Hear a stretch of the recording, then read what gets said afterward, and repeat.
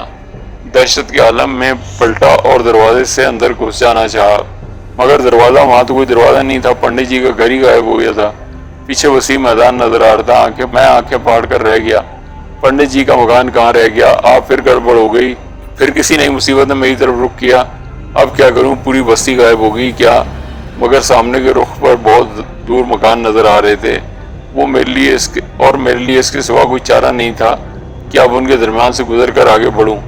لرزتے دل کو سنبھال کر آگے بڑھا اور وہ اس طرح ادب سے پیچھے ہٹ گئے جیسے مجھے راستہ دینا چاہتے ہوں. میں ان کے بیچ سے نکل کر آگے بڑھا تو پورا مجمع میرے ساتھ ہو لیا. وہ مارچ پاسٹ کرتے ہوئے میرے پیچھے آ رہے تھے. دم ہی نکلا جا رہا تھا. خوف کے عالم میں سوچنے سمجھنے کی قوتیں گم ہو گئی تھیں. دفعتاً ٹھوکر لگی اور گرنے سے بچنے کے لیے کئی قدم دوڑنا پڑا. شیطانی گروہ پیچھے رہ گیا اور میں نے اس موقع سے فائدہ اٹھایا. ایک دم دوڑ لگا دی. مگر خدا کی پناہ انہوں نے بھی دوڑنا شروع کر دیا تھا. ان کے قدموں کی دھمک اور ہولناک آوازوں سن کر گھروں کے دروازے کھلنے لگے. مگر جب میں ان گھروں کے سامنے سے گزرا تو ہر گھر سے دہشت بھری چیخیں ابھرنے لگیں. اس کا مطلب یہ کہ وہ دوسروں کو بھی نظر آ رہے تھے. کون ہے یہ؟ کون ہے؟ یقیناً یہ بھیانک وجود انسان نہیں تھے. میں دوڑتا ہوا ایک بازار میں پہنچ گیا. دکانیں کھلی ہوئی تھیں. دھوپ اور گرمی کی وجہ سے خریداری تو نہیں ہو رہی تھی، مگر دکاندار دکانوں میں موجود تھے. انہوں نے حیرانی سے اس جلوس کو دیکھا اور پھر ان کا بھی وہی اثر ہوا. بہت سو نے دکانوں کے شٹر گرائے اور بہت سے دکانوں سے اتر بھاگے. میں نے رفتار سست کی تو میرے پیچھے دوڑنے والوں کی رفتار بھی سست ہو گئی. وہ میرا پیچھے چھوڑنے پر تیار نہیں تھے. دوڑنا ترک کر کے سست قدمی اختیار کی، مگر ان سے پیچھے چھڑانا ممکن نظر نہیں آ رہا تھا. پھر کسی طرح پولیس کو خبر ہو گئی. جو ہی بازار ختم ہوا ایک بڑی سڑک آئی. میں نے سامنے سے پولیس کی 2 گاڑیاں آتے ہوئے دیکھی. پولیس کو دیکھ کر میری جان ہی نکل گئی. اب آئی میری شامت. میں نے سوچا اور رک گیا. پولیس گاڑیاں تیز رفتاری سے ہمارے قریب پہنچ گئیں اور ان سے لاٹھی بردار پولیس والے نیچے کودنے لگے. دونوں گاڑیوں سے پولیس افسر بھی نیچے اترے تھے. اے کون ہو تم؟ ایک افسر نے کڑک کر مجھے اور پھر میرے پیچھے مجمع کو دیکھتے ہوئے کہا. مگر وہ صرف انہیں دیکھتا رہ گیا. میرا تعقب کرنے والے ہولناک بھوتوں نے بھولنا اور منانا شروع کر دیا. وہ دبی دبی آواز میں ہنسنے بھی لگے. ان کی صورتیں اور حلیے ہی کون سے کم بھیانک تھے. اور انہوں نے ایک اور عمل بھی شروع کر دیا تھا. وہ دور تک پھیل گئے. پھر ان میں سے ایک نے اپنی کھوپڑی شانوں سے اتار کر دوسرے کی طرف پھینکی اور دوسرے نے اسے گیند کی طرح لپک لیا. پھر اس نے وہ کھوپڑی تیسرے کی طرف پھینک دی. پھر وہ سب کے سب بھی کھیلنے لگے. دوپہر کا وقت، ہو کا عالم اور یہ بھیانک کھیل. پولیس کے جوانوں نے پہلے تو آنکھیں پھاڑ پھاڑ کر یہ کھیل دیکھا، پھر حلق پھاڑ پھاڑ کر چیختے ہوئے جدھر منہ اٹھا دوڑ پڑے.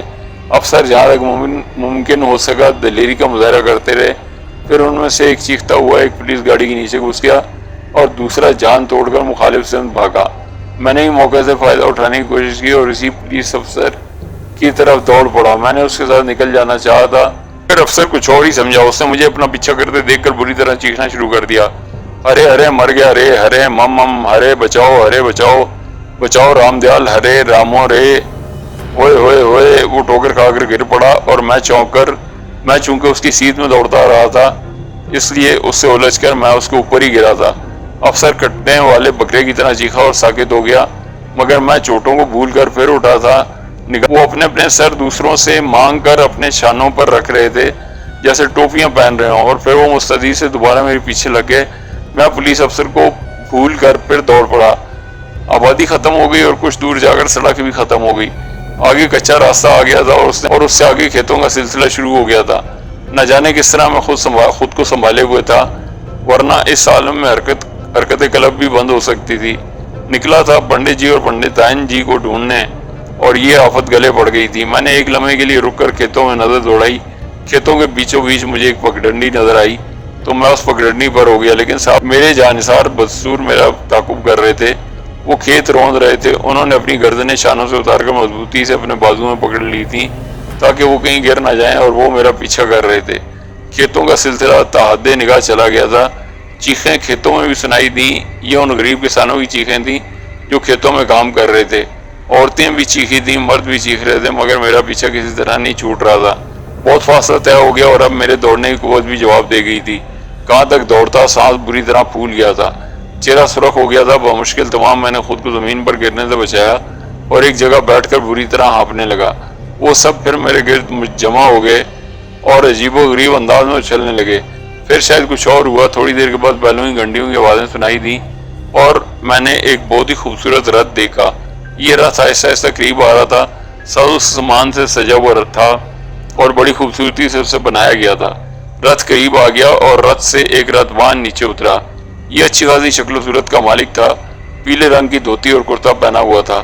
گلے میں مالائیں پڑی ہوئی تھیں، بڑی بڑی مونچھیں، بڑی بڑی آنکھیں، ماتھے پر تلک۔ میرے سامنے آ کر اس نے دونوں ہاتھ سینے پر باندھے اور نیچے جھک کر بولا، رتھ حاضر ہے مہاراج، جہاں بھی چلنا ہو رتھ میں بیٹھ جائیں، ہمیں آگیا دیجیے، ہم لے چلیں گے آپ کو۔ بھاگ جاؤ، میں کہتا ہوں بھاگ جاؤ، یہاں سے لے جاؤ یہ رتھ، مجھے نہیں بیٹھنا اس میں۔ میں کہتا ہوں بھاگ جاؤ۔ رتھوان نے خوفزدہ شکل بنائی، گردن خم کی اور مرے قدموں سے چلتا ہوا واپس رتھ میں جا بیٹھا اور اس کے بعد اس نے بیلوں کو واپس ہانک دیا۔ کچھ دیر کے بعد یہ رتھ میری نظروں سے غائب ہو گیا، لیکن وہ مجمع پیچھا نہیں چھوڑ رہا تھا۔ میں نے تھک ہار کر ان سے کہا، آخر تم کون لوگ ہو؟ کیوں میرے پیچھے لگے ہو میرے پیچھے؟ ان میں سے ایک خوفزدہ شکل کا شخص آگے بڑھا اور اس کی گردن شانوں پر ہی تھی۔ اس نے منمناتی ہوئی آواز میں کہا، بیر ہیں مہاراج آپ کے 171 ہیں پورے، ہمیں آپ کی سیوا کا حکم دیا گیا ہے۔ کہا گیا ہے کہ ہر سمے آپ کی سیوا میں رہیں اور اس طرح مجھے دوڑاتے رہو۔ مہاراج آپ کا ساتھ تو دینا ہی تھا، آپ چلے سو ہم چلے، آپ دوڑے سو ہم دوڑے۔ ہم تو بیر ہیں آپ کی پرجا ہیں مہاراج، آپ کی پرجا ہیں ہم۔ کیا تم اپنی یہ صورت گم نہیں کر سکتے؟ میں نے اڑاتے ہوئے کہا، کر سکتے ہیں۔ اس شخص نے معصومی سے جواب دیا، اسے شخص کہنا اس کے لیے عجیب سا بے شک لگتا ہے، لیکن میں کسی ایسے جاندار کو کیا کہوں جس کے 2 ہاتھ 2 پاؤں، سر، گردن، آنکھیں، سب کچھ ہو، بس ذرا ہیئت بدلی ہوئی ہو۔ میرے ان الفاظ کے ساتھ ہی اچانک سارا مجمع نگاہوں سے اوجھل ہو گیا اور میں منہ پھاڑ پھاڑ کر ادھر ادھر دیکھنے لگا۔ بڑی عجیب و غریب صورتحال تھی۔ لگ رہا تھا کہ وہ سب کے سب ہی موجود ہیں، لیکن بس آنکھوں سے اوجھل ہو گئے ہیں۔ آہ، کیا کروں میں، کیا کروں؟ میں نے دونوں ہاتھوں سے سر پکڑ لیا۔ اتنا دوڑا تھا کہ بھوک لگنے لگی تھی۔ ایک گلاس دودھ ہی تو پیا تھا، بھلا اس سے کیا ہوتا؟ میں نے خشک ہونٹوں پر زبان پھیر کر ادھر ادھر دیکھا اور اسی وقت وہ شخص پھر نمودار ہو گیا۔ بھوجن لگا دیتے ہیں مہاراج، میں نے اندر کی آواز سن لی تھی۔ بڑا خوفناک وقت آ پڑا تھا مجھ پر۔ میں نے کوئی جواب بھی نہیں دیا تھا کہ دفعتاً ہی میں نے اپنے سامنے ایک قالین کھلتے ہوئے دیکھا۔ بڑا خوبصورت قالین تھا وہ، اور وہیں کچی زمین پر کھل گیا تھا۔ وہ قالین پر بے شمار پھل اور کھانے پینے کی دوسری اشیاء، اور پھر قالین پر بے شمار پھل اور کھانے پینے کی دوسری اشیاء سجنے لگیں۔ میں حیران نگاہوں سے یہ سب کچھ دیکھ رہا تھا۔ پورا قالین کھانے پینے کی چیزوں سے بھر گیا تھا۔ ہنسی بھی آ رہی تھی اپنے آپ پر اور اپنے ان بیروں پر جو نہ جانے کہاں سے میرے بیر بن گئے تھے۔ میں بڑی پریشانی کے عالم میں انہیں دیکھتا رہا۔ وہ شخص اب بھی میرے سامنے اسی طرح ہاتھ باندھے کھڑا ہوا تھا جیسے میرے دوسرے حکم کا انتظار کر رہا ہو۔ یہ سارے کے سارے بڑی انکساری کا مظاہرہ کر رہے تھے، لیکن جو چیز حقیقتی نہ ہو اسے تسلیم کرنا ناممکنات میں سے ہوتا ہے۔ میں تو انہیں حقیقتی ماننے کو تیار نہیں تھا۔ سب کالا جادو تھا اور یہ سب میرے سامنے آ کر سجا تھا۔ یہ بھی کالے جادو ہی کے زیر اثر تھا۔ حرام اور ناپاک چیز میں اسے اپنے شکم میں نہیں اتار سکتا تھا۔ آج وہ غلاظت میرے وجود میں داخل ہو گئی ہے، وہی کون سی کم ہے کہ میں اپنی بھوک کا شکار ہو کر مزید غلاظت اپنے وجود میں اتار لوں۔ میں نے دانت پیستے ہوئے کہا، اٹھا لو ان سب کو، اٹھا لو، مجھے نہیں چاہیے یہ سب کچھ، سمجھے؟ اٹھا لو ورنہ میں اسے اٹھا کر پھینک دوں گا۔ میں نے جھک کر قالین کے دونوں سرے پکڑے اور اسے الٹ دیا۔ ساری چیزیں اوندھی ہو گئی تھیں اور سہما ہوا بیر پیچھے ہٹ گیا تھا۔ اس نے مایوس نگاہوں سے ادھر ادھر دیکھا۔ دوسرا کوئی میرے سامنے نہیں تھا، لیکن ان سب کی موجودگی کا احساس مسلسل ہو رہا تھا۔ میں جانتا تھا کہ وہ سب موجود ہیں۔ بہرحال ہی کھانا پھینک دیا گیا اور میری نگاہیں سامنے کھیتوں میں ان فوٹوں پر پڑیں جو ہو گئی تھیں۔ بھوک واقعہ لگ رہی تھی۔ جو واقعات پیش آئے تھے اب ان میں ایڈجسٹ ہوتا جا رہا تھا۔ آگے بڑا ایک پھوٹ توڑی اور اس کا چھلکا دانتوں سے اتار کر اسے آہستہ آہستہ کھانے لگا۔ پھوٹ نے شکم سیر کر دیا تھا، لیکن جس مصیبت میں گرفتار ہو گیا تھا اس سے چھٹکارے کا کوئی ذریعہ نہیں تھا۔ دل میں سوچا کہ یہاں سے آگے بڑھوں اور چند قدم آگے بڑھائے لیکن اچانک یوں محسوس ہوا جیسے زمین سے اٹھتا چلا جا رہا ہوں، اور میں زمین سے خاصا اونچا اٹھ گیا۔ میرے منہ سے بوکھلاہٹ بھری آوازیں نکل رہی تھیں، ارے ارے یہ کون، کیا ہے؟ میں جواب میں مجھے آواز سنائی دی، آپ کو لے کر چل رہے ہیں مہاراج، آپ تھک گئے ہیں، دھرتی پر سفر نہیں کر سکیں گے، بیٹھے رہیں، ہم آپ کو گرنے نہیں دیں گے۔ نیچے اتارو مجھے، میں کہتا ہوں مجھے نیچے اتارو، میں نے کہا، اور مجھے نیچے اتار کر کھڑا کر دیا گیا۔ وہ میری وجہ سے پریشان تھے اور میں ان کی وجہ سے پریشان تھا۔ ان بیروں کے بارے میں کچھ بھی تو نہیں جانتا تھا، دل کی حالت بڑی عجیب ہو رہی تھی، سخت پریشان ہو رہا تھا۔ نیچے اترا اور ایک لمحے کھڑا رہا، پھر چند قدم آگے بڑھا، لیکن جیسے ہی پیر آگے بڑھایا پاؤں کے نیچے کوئی چیز محسوس ہوئی، دوسرا پاؤں آگے بڑھایا تو اس کے نیچے بالکل ایسے ہی لگا۔ پھر یہ ہوا کہ میں قدم نہیں بڑھا رہا تھا لیکن آگے بڑھتا چلا جا رہا تھا۔ پھٹی پھٹی آنکھوں سے اپنے پیروں کے نیچے اس ریو کو دیکھا جو مجھے آگے بڑھا رہا تھا، تو ایک بار پھر میرے حلق سے دہشت بھری چیخ نکل گئی۔ وہ بڑی بڑی 2 مکڑیاں تھیں، اتنی بڑی کہ میرے پاؤں بآسانی ان کے جسموں پر اٹکے ہوئے تھے اور وہ اپنے بے شمار قدموں سے مجھے آگے بڑھا رہی تھی۔ میں نے خوفناک چیخ کے ساتھ چھلانگ لگائی، لیکن جہاں گرا تھا وہاں بھی ایک مکڑی کی پشت پر ہی گرا تھا۔ اس کے پاؤں میرے وزن سے پھیل گئے، لیکن رفتہ رفتہ وہ بھی پاؤں جما کر کھڑی ہو گئی۔ دوسرا پاؤں آگے بڑھایا، پھر وہی مکڑی آ گئی۔ میں نے تھکے تھکے لہجے میں کہا، مجھے آزاد کر دو، میں تھک گیا ہوں، میں تنگ آ گیا ہوں۔ سامنے ایک درخت نظر آ رہا تھا، اس کی شاخیں پھیلی ہوئی تھیں۔ میں مکڑیوں سے پاؤں اتار کر جہاں بھی قدم رکھتا، بھلا اس منحوس شے پر کیسے سفر کرتا، کس عذاب میں گرفتار ہو گیا، کس عذاب میں گرفتار ہو گیا ہوں۔ میں نے بے بسی سے درخت کی جانب نظر اٹھائی تو ایک بار پھر ایک دہشت بھری کیفیت کا سامنا کرنا پڑا۔ وہ تھا تو درخت تھی، لیکن اس کی 2 شاخیں جو سامنے کی طرف پھیلی ہوئی تھیں 2 انسانی بازوؤں کی شکل رکھتی تھیں، اور اس کا تنا انسانی جسم کی کیفیت اختیار کرتا جا رہا تھا۔ تنے کے اس حصے پر جہاں سے بقیہ شاخیں مختلف سمتوں میں تقسیم ہو جاتی تھیں، بھوریا چرن کا چہرہ نظر آ رہا تھا۔ بھوریا چرن جو مسکرا رہا تھا، ایک طنز بھری شیطانی مسکراہٹ اس کے ہونٹوں پر کھیل رہی تھی۔ یہ بھی نظر کا مہمان نہیں تھا بلکہ حقیقت تھی جو روشن دوپہر میں چلچلاتی دھوپ میں میرے سامنے عیاں ہو گئی۔ پھر مجھے بھوریا چرن کی وہی مخصوص مغرور آواز سنائی دی، کیسے ہو میاں جی، کیا حال چال ہیں تمہارے؟ میں نے نفرت بھری نگاہوں سے بھوریا چرن کو دیکھا اور کوئی جواب نہیں دیا، بلکہ شدید غصے کے عالم میں اس پر تھوک دیا۔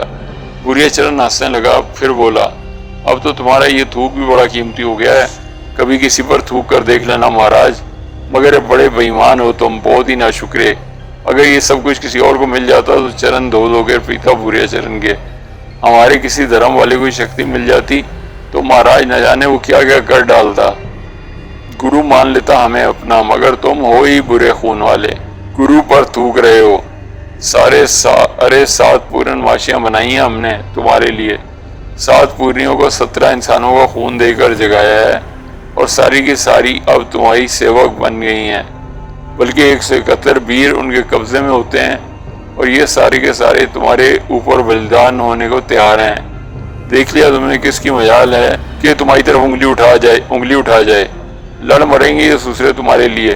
اور وہ 7 پوریاں جو اس باولے جوتشی کے گھر میں اتری تھیں 7 اپسرائیں ہیں، کسی کو مل جائیں تو وہ آکاش پر قدم رکھنے کی کوشش کرے، آکاش باسی بن جائے، مگر تم تھوک رہے ہو ہمارے اوپر، یہ ہے ہمارے دیے کا صلہ۔ بھوریا چرن، میں ان ساری چیزوں پر لعنت بھیجتا ہوں، کمینے کتے، لعنت بھیجتا ہوں میں تمہارے اس دیے پر۔ میں نے تیش کے عالم میں کہا، تو ہم نے کیا اس لیے کیا ہے یہ سب کچھ میاں جی؟ من کی شانتی چھینی ہے ہم نے تمہاری، سمجھے؟ من کی شانتی چھین لی، اب کیا کرو گے؟ بڑی قوتوں کے مالک بن گئے ہو، کسی بستی میں قدم رکھو گے تو لوگ پوجا کریں گے، مگر تمہارے من کی شانتی کہاں ہے؟ تم نے ہم سے ہمارا سب کچھ چھین لیا، ہمیں کنڈولا نہ بننے دیا، تو ہم نے بھی تمہارے من کی شانتی چھین لی، بڑے دھرمداس بنے پھرتے تھے۔ بھوریا چرن نفرت بھرے لہجے میں بولا، دیکھو بھوریا چرن، دیکھو، ارے کیا دیکھیں، دیکھ لیا سب کچھ، تم نے جو کچھ کیا اس کے نتیجے میں ہم نے تمہارا دھرم بھرشٹ کر دیا، اب بھاگتے پھرو سارے سنسار میں، دھرم چیختے چلاتے، کچھ نہ ملے گا جب تک تمہارے بدن میں ہمارے پہنچائے ہوئے خون کا ایک ذرہ ہی باقی ہے۔ ذرا واپس آ کر دیکھ لو اپنے دھرم میں، بھوریا چرن ہے ہمارا نام، شنکا ہے کنڈولا بنا دیتے تو کیا بگڑ جاتا تمہارا؟ اس وقت بھی یہی شکتی دے دیتے ہم تمہیں، سمجھے؟ اور اس شکتی کے ذریعے گھوڑے تمہارے اشارے پر دوڑتے، جوا تمہارے اشارے پر ہوتا، نہ جانے کیا کیا مل جاتا تمہیں، مگر تقدیر کی بات ہے بھاگ کے پھرے تم، اس قابل ہی نہیں تھے۔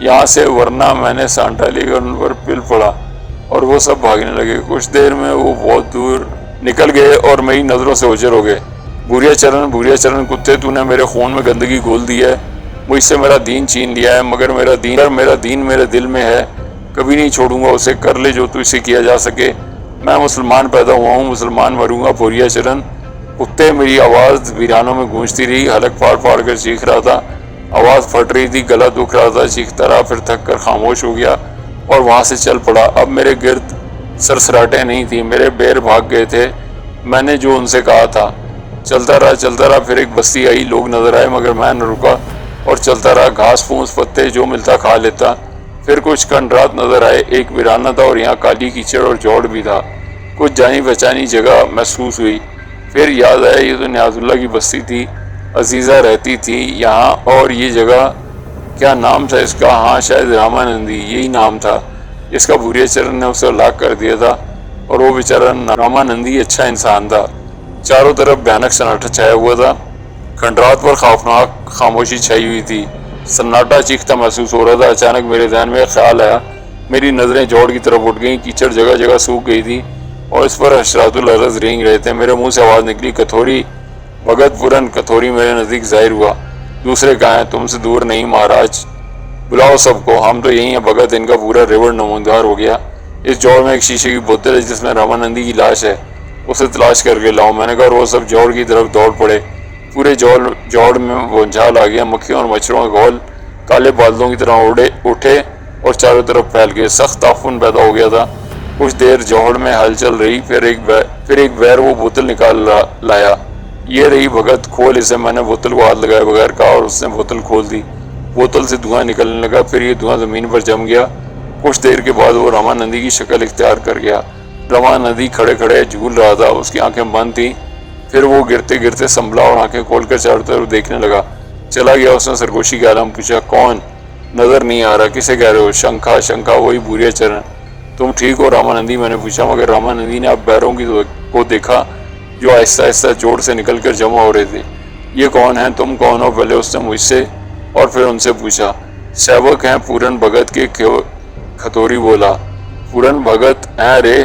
ہوں، جے بھگوتی جے پورن مہاراج۔ رامانندی نے میرے سامنے ہاتھ جوڑ دیے، مگر اس کی آنکھیں حیرت سے پھیل گئی تھیں۔ اس نے آنکھیں مسل کر کئی بار مجھے دیکھا، پھر حیران لہجے میں بولا، تم مہا بھگت، تم وہی ہو نا مسعود احمد؟ وہ نیاز اللہ، معاف کرنا، مجھے نہ جانے کیوں میری بات کا برا ماننا، وہ دراصل تمہاری صورت کا۔ وہ بار بار ہاتھ جوڑ کر مجھ سے معافی مانگنے لگا۔ رامانندی، میں مسعود ہی ہوں، آؤ اندر چلو، آؤ، پریشان نہ ہو۔ میں نے اس کا بازو پکڑ کر کھنڈرات کی طرف بڑھتے ہوئے کہا، ارے وہ، مگر تم پورن بھگت، یہ؟ اس نے بیروں کی طرف اشارہ کر کے کہا۔ وہ سارے کے سارے پھر میرے پیچھے لگے۔ تم کہاں رہے ہو؟ چلو بھاگ جاؤ، اور جب تک میں نہ بلاؤں میرے قریب مت آنا، میں گرجا۔ اور وہ خوفزدہ ہو کر ایک دوسرے کو دھکیلتے ہوئے بھاگنے لگے۔ رامانندی سخت پریشان تھا۔ میں اسے لیے ہوئے کھنڈرات میں آ گیا اور رامانندی سخت الجھا ہوا نظر آ رہا تھا۔ کھنڈرات میں جہاں وہ رہتا تھا وہاں کی حالت دیکھ کر وہ ششدر رہ گیا۔ اس نے پھٹی پھٹی آنکھوں سے مجھے دیکھا۔ یہ سب تمہارا کالا جادو ہے رامانندی، تم شاید صورتحال کو سمجھ نہیں پائے، تمہیں اندازہ نہیں ہے، تم کئی ماہ سے اس شیشی میں بند جوڑ میں پڑے ہوئے تھے، طویل عرصے کے بعد تم اس سے نکلے ہو۔ کئی ماہ سے؟ رامانندی گھٹے گھٹے لہجے میں بولا۔ ہاں، کئی ماہ سے۔ بیٹھ جاؤ، میں تمہیں پوری تفصیل بتاتا ہوں۔ بیٹھ جاؤ، پریشان مت ہو۔ وہ بیٹھ گیا، تب میں نے اسے شروع سے اب تک کی کہانی سنائی۔ وہ میرا منہ دیکھتا رہا، آخر تک کہانی سننے کے بعد بھی وہ دیر تک کچھ نہیں بولا تھا۔ اس کے بعد، رامانندی تم مجھے بتاؤ گے کہ اب کیا کروں؟ لیکن وہ اس کے بعد دیر تک کچھ نہ بولا اور سوچتا رہا۔ پھر کئی گہری گہری سانسیں لے کر اس نے خود کو سنبھالا اور بولا، کالے جادو کے 16 درجے ہیں۔ ابتدا نرٹ سے ہوتی ہے۔ نرٹ پہلا جاپ ہے، اس میں گندی اور غلیظ چیزوں سے شریر کو بھنگ کیا جاتا ہے اور اس طرح کالا علم سیکھنے والا خود کو کالی قوتوں کے حوالے کر دیتا ہے۔ دوسرا درجہ سکنت کہلاتا ہے اور اس میں کمال حاصل کر لینے کے بعد کیڑے مکوڑوں کا کاٹا اتارا جاتا ہے۔ اس طرح جاپ ہوتے رہتے ہیں۔ 8ویں کنٹھا میں لونا چماری اور 9ویں میں کالی دیوی سے واسطہ پڑتا ہے۔ پورنیاں 11ویں درجے میں آتی ہیں، اور جسے پورنیوں کا اختیار حاصل ہو جائے وہ کالے جادو کا 11واں ماہر ہوتا ہے۔ 7 پورنیوں کے 171 بیر ہوتے ہیں جو پورے بھگت کے غلام ہوتے ہیں۔ 12واں درجہ بھیرو ستوترن ہوتا ہے، وہاں سے شنکھا کا سفر شروع ہو جاتا ہے۔ ایک شنکھا ایک ہی پورن جاپ کر کے اپنے جاپ کسی اور کو دے سکتا ہے، کوئی دوسرا ایسا نہیں کر سکتا۔ مگر تمہیں جو قوت حاصل ہو گئی ہے وہ بہت بڑی ہے، تم اس سے نچلے درجے کے سارے ویدیاسیوں کو نیچا دکھا سکتے ہو، مگر تمہارا معاملہ دوسرا ہے، تم نے دھوکے سے میرے ساتھ یہ کیا ہے۔ ہاں مگر یہ بہت بڑا کام ہے، اسے 17 انسانوں کی بلی دینا پڑی ہوگی۔ تم ٹھیک ہو راماندی؟ ہاں میں ٹھیک ہوں، مگر اب میں یہاں نہیں رہوں گا۔ کیوں؟ وہ مجھے زندہ نہیں چھوڑے گا، راماندی نے کہا، اور میں سوچ میں ڈوب گیا۔ پھر میں نے کہا، ایک بات بتاؤ راماندی، کیا ان بہروں سے میں اپنے ماں باپ اور بہن بھائی کا سراغ لگا سکتا ہوں؟ کیا یہ مجھے بتا سکتے ہیں کہ وہ کہاں اور کس حال میں ہیں؟ بھول کر بھی ایسا مت کرنا۔ کیوں؟ ان سے تم کالے کام لے سکتے ہو، صرف کالے کام، مگر کوئی ایسا کام لیا ان سے جو کسی طور کالے سے تعلق نہ رکھتا ہو تو یوں سمجھ لو وہ شے باقی نہیں رہے گی۔ تمہارے ماتا پتا کا پتہ لگانا، یہ تمہیں خبر دیں گے، مگر بعد میں انہیں مار دیں گے۔ ریت ہے کالے جادو کی، یہ برائی کے لیے استعمال کیا جاتا ہے، کسی نیک اور ضرورت کے کام کے لیے نہیں۔ مثال کے طور پر ان سے کسی دشمن کو مروا تو سکتے ہو، کسی بیمار دوست کے لیے دوا نہیں منگوا سکتے۔ لعنت ہے اس علم پر، اپنے لیے میں کیا کر سکتا ہوں؟ راجہ بن جاؤ، محل بنواؤ، دولت کے ڈھیر لگاؤ، سندر ناریاں اٹھوا لو، یہ سب خوشی ہے، خوشی سے سارے کام کریں گے۔ ایک بار پھر لعنت ہے، یہ بتاؤ کہ میں اس مصیبت سے چھٹکارا کیسے حاصل کروں؟ میں نے کہا، اور راماندی سوچ میں ڈوب گیا۔ پھر بولا، بہت مشکل ہے، ایک طرح ناممکن ہے راماندی، دل چاہتا ہے یہ سب قبول کر لوں، دل چاہتا ہے وہی بن جاؤں جو بنا دیا گیا ہوں۔ میں نے دانت پیستے ہوئے کہا، اور راماندی چونک کر مجھے دیکھنے لگا۔ پھر وہ آہستہ سے بولا، مسعود جی، من کیا چاہتا ہے؟ کیا بتاؤں؟ میں کیا بتاؤں؟ میں ایک مشورہ دوں؟ بولو۔ بڑے کشٹ اٹھائے ہیں تم نے اپنے دھرم بنائے رکھنے کے لیے، اب اسے کھونا اچھا نہیں ہوگا، مگر تمہاری اس بات کو میں مانتا ہوں، وہی بن جاؤ جو بنا دیے گئے ہو۔ میں الجھی نظروں سے راماندی کو دیکھنے لگا۔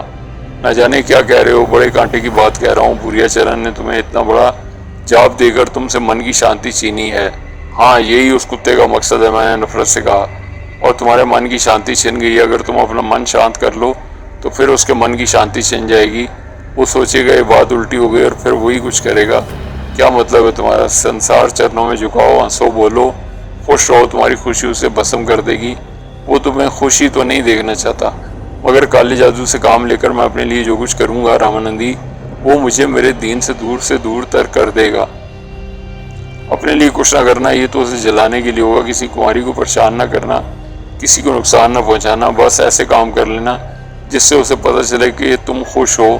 من کے بھید تو کوئی اور ہی جانتا ہے، باقی سب عمل کے بھید ہوتے ہیں، اور تمہارے امن کے بھید ہی سامنے آئیں گے۔ میں راماندی کی بات پر غور کرنے لگا، کچھ سمجھ میں آ رہی تھی، کچھ نہیں آ رہی تھی۔ وہ بیچارہ میرے ذہن کی نزاکتوں کو کیا جانے، بس ایک معمولی سی لغزش، اور کوئی راستہ بھی تو نہیں ہے میرے پاس۔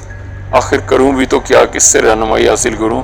اور بوریا چرن، وہ تو میرے سلسلے میں ہمیشہ ہی کامیاب رہا تھا۔ بڑا عجیب سا دل ہو رہا تھا۔ میں نے راماندی سے کہا، تمہارا کیا ارادہ ہے راماندی؟ مجھے کہیں منہ چھپانا ہے مسعود جی؟ ہاں، اگر تم اپنے ساتھ رکھنا چاہو تو میں مجبور نہیں کروں گا میرے ساتھ، مگر بوریا چرن تمہیں دیکھ لے گا، کچھ بگاڑ نہ پائے گا، تمہارے ساتھ میرا جیون محفوظ رہے گا، ورنہ مجھے خطرہ ہے۔ ٹھیک ہے راماندی، مگر تمہیں میرے ساتھ تکلیفیں رہیں گی، اٹھا لوں گا، جیون تو بچا رہے گا۔ میں نے گہری سانس لے کر گردن ہلا دی تھی۔ راماندی نے کہا، اب یہاں سے نکل چلو مہاراج، مجھے اندیشہ ہے کہ وہ یہاں نہ آ جائے۔ چلو۔ میں نے ٹھنڈی سانس لی اور ہم دونوں کھنڈرات سے باہر نکل آئے۔ جوڑ کے پاس سے گزرتے ہوئے ہم دور نکل آئے۔ میں نے راماندی سے نیاز اللہ صاحب کے بارے میں کہا، چلو گے ان کے پاس؟ دل تو چاہتا ہے، مگر میرا بھی یہ خیال ہے کہ بوریا چرن کو ان کی طرح متوجہ مت کروں، کہیں نقصان نہ اٹھا جائے۔ ویسے اگر تم چاہو تو خاموشی سے انہیں کچھ بتائے بغیر، ان سے ملے بغیر ان کی کچھ مدد کر دو۔ او نہیں راماندی، نیاز اللہ ایسے لوگوں میں سے ہیں جنہیں فکر و فاقے کی زندگی گزار کر اپنا ایمان قائم رکھا ہے، جنہوں نے فکر و فاقے کی زندگی گزار کر اپنا ایمان قائم رکھا ہے۔ یہ غلیظ دولت ان پر مسلط کر کے میں ان کی ایماندارانہ زندگی کو داغدار نہیں کروں گا۔ ٹھیک کہتے ہو، یہ بات مجھ سے بہتر کون جانتا ہے؟ پھر یوں کرتے ہیں کہ بستی کا رخ ہی نہیں کرتے، کوئی دوسری سمت اختیار کرتے ہیں۔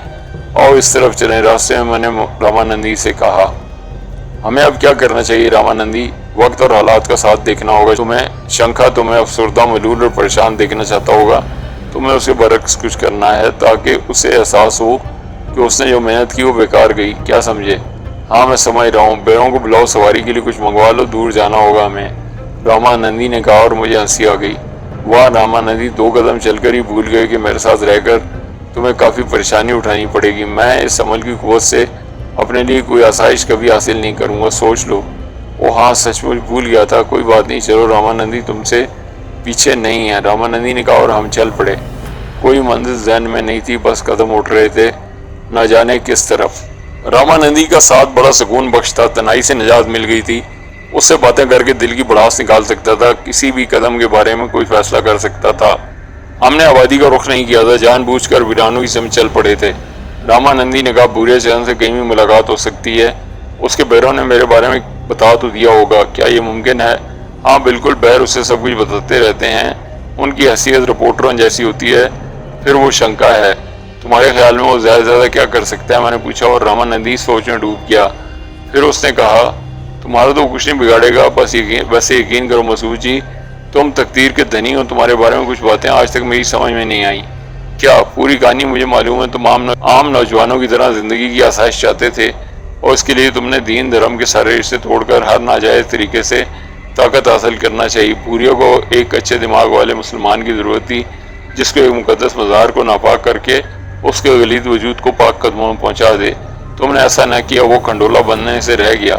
چلو، اس سمے اس نے سوچا تھا کہ تمہیں خوب پریشان کر کے اپنے کام کے لیے مجبور کر لے گا، مگر تم اس کے جال میں نہیں آئے۔ بجائے اس کے کہ وہ تمہیں ختم کر دیتا، اس نے دوسرے کام شروع کر دیے، اس نے تمہیں پورنا بنا دیا۔ آدھا جیون لگ جاتا ہے کسی کو پورنا بھکتی کرتے ہوئے، تب پورنیوں کا اصول حاصل ہوتا ہے، مگر اس نے تمہیں کالی شکتی دے دی۔ اس طرح وہ میرے دل کا سکون چھیننا چاہتا تھا۔ نہیں مہاراج، ایسا کرنے کے لیے تمہیں بلی روپ، کتے کا روپ بھی دے سکتا تھا، اس نے یہ کیوں نہ کیا؟ تمہارا کیا خیال ہے راماندی؟ میرا جیون بھر کا تجربہ کہتا ہے مسعود جی، پورے جیون کا تجربہ کہتا ہے کہ کوئی مہان شکتی تمہارے پیچھے ہے، کوئی ایسی قوت جو اس کا دماغ پلٹے ہوئے ہے۔ وہ تمہارے لیے برے کام کر رہا ہے، مگر الٹے سیدھے کام وہ نہیں سوچ پا رہا۔ ایسی کوئی قوت ہو سکتی ہے؟ میں نے ایک مقدس مزار کی بے حرمتی کرنے سے گریز کیا تھا، کیا مجھے وہاں سے فیض مل رہا ہے؟ اگر ایسا ہے تو وہ بزرگ مجھے اس گندی گرفت سے کیوں نہیں بچاتے؟ میرا کچھ اور خیال ہے مسعود میاں۔ کیا؟ ماں ہے نا تمہاری؟ رامانندی نے سوال کیا۔ میرے قدم رک گئے، اعصاب پر جیسے بجلی سی گر پڑی۔ میں نے رامانندی کو دیکھتے ہوئے کہا، ہاں۔ میرے الگ سے گھٹی گھٹی آواز ابھری، تو پھر عیش کرو، وہ تمہارا کچھ نہیں بگاڑ سکے گا، یہ بات سمجھ آ گئی۔ اس کے علاوہ کچھ اور ہو ہی نہیں سکتا، اتنے عرصے سے اس سے دور ہو، اس کی دعا کے لیے اٹھے ہاتھ کبھی خالی نہیں رہ سکتے۔ وہ کچھ نہیں جانتی ہوگی تمہارے بارے میں، مگر کہتی ہوگی کہ بھگوان تمہیں زندہ سلامت رکھے، اور بھگوان تمہیں زندہ سلامت رکھے گا، تمہارے دشمن کے دماغ الٹے کرتا رہے گا۔ دل ڈوب گیا، آنکھوں سے آنسوؤں کی دھاریں بہنے لگیں، حسرت و یاس کلیجہ کاٹنے لگے۔ بالکل سچ تھا، ایک لفظ جھوٹ نہیں تھا، ماں کی دعائیں آفات سے بچائے ہوئے تھیں، باقی جو کچھ تھا وہ کیے کی سزا تھی، مگر زندگی ماں کے پھیلے ہوئے ہاتھوں کی مرہون منت تھی۔ ارے ارے مسعود جی، سنبھالو خود کو۔ ارے نہیں بھائی، روتے نہیں ہیں، ملیں گے، سب ملیں گے تمہیں، بھگوان کے دیر ہے اندھیر نہیں۔ اور پھر تم تو اپنی معصومیت کے شکار ہو رہے ہو، تم اتنی شکتیمان ہونے کے باوجود اس شکتی کو کالی شکتی سمجھ کر قبول نہیں کر رہے۔ کچھ ہوگا ضرور تمہارے لیے، مگر ارے دفعتاً رامانندی کا حلق بند ہو گیا، اس کی آنکھیں خوف سے پھیل گئیں، چہرہ سرخ ہو گیا، رگیں ابھر رہیں، وہ دونوں ہاتھوں سے سر پکڑ کر بیٹھ گیا۔ میں پریشان ہو گیا، اپنی کیفیت بھول کر حیرانی سے اسے دیکھنے لگا، نہ جانے اسے کیا ہو گیا تھا۔ میں اس کے قریب بیٹھ گیا، پھر میں نے اسے آواز دی، رامانندی، رامانندی، کیا بات ہے؟ بتاؤ تو صحیح، کیا بات ہے؟ کیا ہو گیا رامانندی؟ رامانندی نے آنکھیں بھیج کر گہری سانسیں لیں اور بولا، کچھ نہیں مسعود جی، کچھ نہیں۔ یار عجیب سی بات ہو گئی ہے، پتہ نہیں میرا کیا بننے والا ہے، پتہ نہیں۔ بیٹھو یار، تم بھی جذباتی ہو گئے اور میں بھی نہ بچ سکا۔ کچھ ایسی بات ہو گئی جو بڑی عجیب ہو سکتی ہے، آخر کیا؟ میں نے ادھر ادھر دیکھتے ہوئے کہا۔ بھوریا چرن کا خوف بہرحال دل پر سوار تھا، اس کمبخت کے تصور سے کب جان چھوٹ سکتی تھی۔ اور کچھ نہیں، رامانندی کی زندگی اس کے لیے تکلیف دہ ہو سکتی تھی۔